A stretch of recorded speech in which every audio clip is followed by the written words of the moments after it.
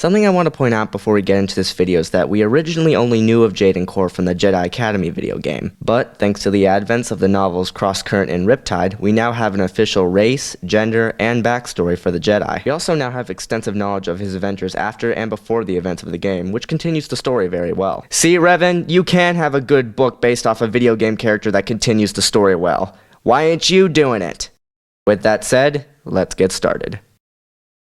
Allegedly cloned by Grand Admiral Thrawn's Frozen Moon operation, Jaden Korr was given to his parents on Coruscant. After a shuttle crash killed his parents, Jaden was given to his uncle Orn. While in his uncle's workshop, Jaden's force sensitivity emerged and he built his first lightsaber. This act brought Jaden to the attention of the new Jedi Order and Jaden was taken to the Jedi Academy. While there, he met and formed a friendship with fellow trainee Rosh Penn. After Jaden and Rosh became apprentices to Jedi Battlemaster Cal Katarn, Jaden got involved with the Ragnos Crisis, which was led by Dark Jedi Tavion. Jaden went on countless missions to stop the cult's plans to destroy the Jedi. This eventually led Jaden to be granted the rank Jedi Knight and even confront and defeat Tavion and the dark spirit of Marka Ragnos. Years later, Jaden went on an intense hunt to stop a group of clones on the Frozen Moon in their attempt to free the ancient Ratakan spirit known as Mother. Jaden uncovered many secrets about both his past and the galaxies in general during this mission. Jaden Korr is known for his unique force abilities and revered dueling skills.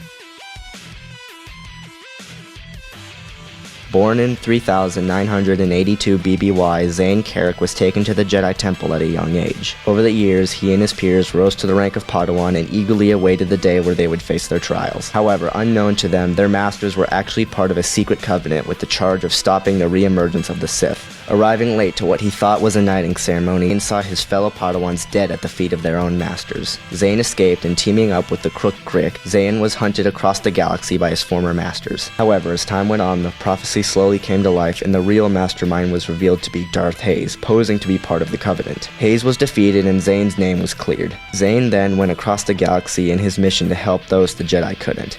Zayne is remembered for his unbreakable will and determination. First, we will compare them physically. Jaden Korr is a 39-year-old human male and is still in excellent shape. His reflexes and mental stability are still in check, and he demonstrates great stamina, evidented from his ability to take on multiple enemies. However, due to an injury he suffered at the hands of the Mad Clone Alpha, and later for reasons I won't say because it would spoil the ending of Riptide, his own apprentice, Mordai Shadil, Jaden lost 3 of his fingers on his right hand, leaving only his thumb and index finger. However, this doesn't seem to appear to hamper him as much as you may think it would.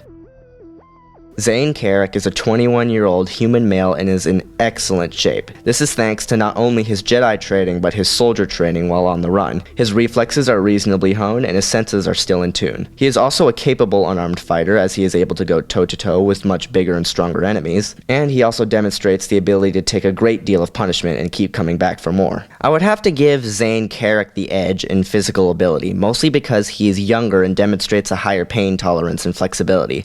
However, I will say it is only a slight edge, as Jaden has been shown to have a high pain threshold as well.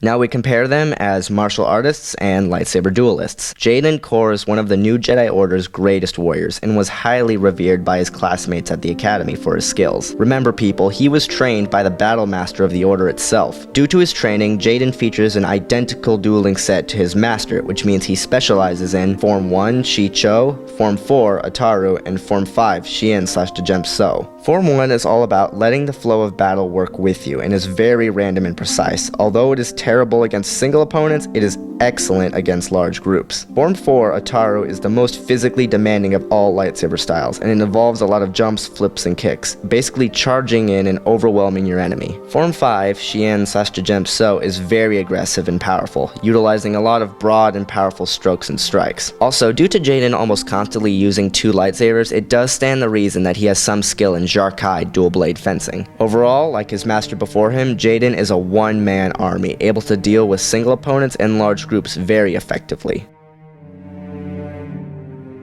Although Zayne Carrick is not known for his dueling skills, his achievements speak for themselves. Although his exact style has not been fully documented due to his style of fighting and who his primary master was, it is more than likely that Zayne specializes in Form 1, Shi Cho. As I said before, very random and precise, great against multiple enemies, terrible against single enemies. I will say though, Zayne's dueling skills are incredibly inconsistent, as on one hand he has been shown to get disarmed and defeated by non-forceful beings, but on the other hand he's been able to last long against both Jedi Masters and Sith Lords. And when I say disarmed, I don't mean once or twice. I mean this guy can't hold on to his lightsaber to save his life. Seriously, Zayne. This weapon is your life. Don't lose it. However, I will say Zayne's feats against multiple enemies are impressive, and his ability to stand up to masters is something to be admired. However, with that said, I would have to give Jaden Korr the edge as a lightsaber duelist, as he has a greater variety of skills at his disposal and has proven to be a more accomplished duelist, and he has demonstrated more proficiency in his styles. Jaden Korr gets the edge as a lightsaber duelist. Now we compare their Force abilities. Due to the possible circumstances of his birth and the philosophy of his teacher, Jaden Korr has a wide variety of Force abilities from both the light and dark sides. His Force pushes and shoves are highly advanced, evidented by his ability to hold back the combined Force pushes of the Mad Clones Seer, Soldier, and Two Blades, and he is also skilled in Force Speed, Force Shield, and the Jedi Mind Trick. On the dark side of things, Jaden was a practice hand at Force Lightning, and was able to generate bolts powerful enough to send an entire person hurtling through the air. Jaden can also utilize the Force Choke ability, albeit not to the same intensity of his master. Jaden was also a practice hand in the Tutaminas ability, as during his battle with the clones, he was able to catch a lightsaber with his bare hands, something even a skilled Tutaminas user can have great difficulty with. Zayne Carrick's relationship with the Force was often referred to as complicated by his masters. Even despite the criticism by his masters and peers, Zayne was still able to generate Force pushes strong enough to halt an enraged Lucen Dre, and his Force speed was advanced enough to injure Darth Hayes before he could react, and he has demonstrated some skill in the Jedi Mind Trick, though not a highly advanced one. However, the ability that made Zayne stand out was his ability to see the future, which often helped him in battle and stay out of danger. However, even with that said, Zayne's Force abilities were really nothing above average, and it's obvious he is primarily a duelist. With that all said, I have to give Jaden Korr the edge as a Force user. He has a much wider range of abilities at his disposal, and although his Force sight may not be as potent, he still completely outclasses Zayne in every other way. Not to mention he has both light and dark side abilities to draw on, while Zayne only has rudimentary light side abilities to fall back on. Jaden Korr gets the edge as a Force user. Now we compare Armament and Tools. Over the course of his career, Jaden used several lightsabers. However, his current weapon is a modified version of the lightsaber he took from Alpha after their duel. It features a relatively simple long hilt design with a hand grip in the middle. His weapon utilizes a single yellow crystal which Jaden cleansed of Alpha's influence as the focusing lens. Jaden also carries a DL-44 heavy pistol with him, which is basically a high-powered blaster pistol. Simple but deadly. Zayne Carrick's current lightsaber was built by him after Darth Hayes was defeated and his name was cleared. It follows the typical archaic design of his era and appears to have a slight curve to it. His weapon utilizes a single blue Adagan crystal as the focusing lens. During his time on the run, Zayne also utilizes a pair of Vambrite's gauntlets. These gauntlets are highly advanced melee weapons and are able to not only protect against blaster fire, but even deflect lightsabers. However, unlike Cortosis Ore, they can only block lightsabers, not temporarily short them out.